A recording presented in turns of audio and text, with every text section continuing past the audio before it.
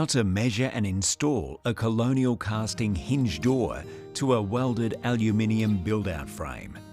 Like in our previous videos, start measuring the opening sizes. Measure the width opening sizes from the edges of the build-out jambs. Measurement is 860 millimeters. Deduct 9 millimeters to a manufactured size of 851 millimeters. Measure drop from the sill to the top-bottom edge of the build-out frame head, in this case 2090 millimeters.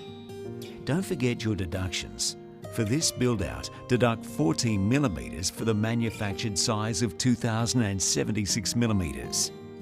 Measure the lock height from the sill to the top of the existing lock handle, in this case 1100 millimeters.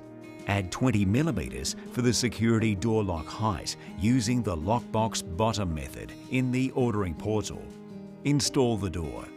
Hang the door over the sill. When in position, fix the flathead self-tapping screws. Screw the middle hole only, first the top hinge, then the bottom, and finish with the middle one. Close the door and check for squareness. Adjust if it needs realignment. Once the door is in the right position, you can fix off the remaining screws. Time to install the triple lock. First, engage the lock to expose the strikers. Close the door to mark striker cutouts using a pencil. Open the door and trace a line with a pencil where the striker tongue will sit. Position the striker plate to the build-out jamb. Make sure the strikers are in line with the edge of the door beading. Pre-drill before installing the pop rivets. Carefully drill cutouts inside the perimeter of the striker.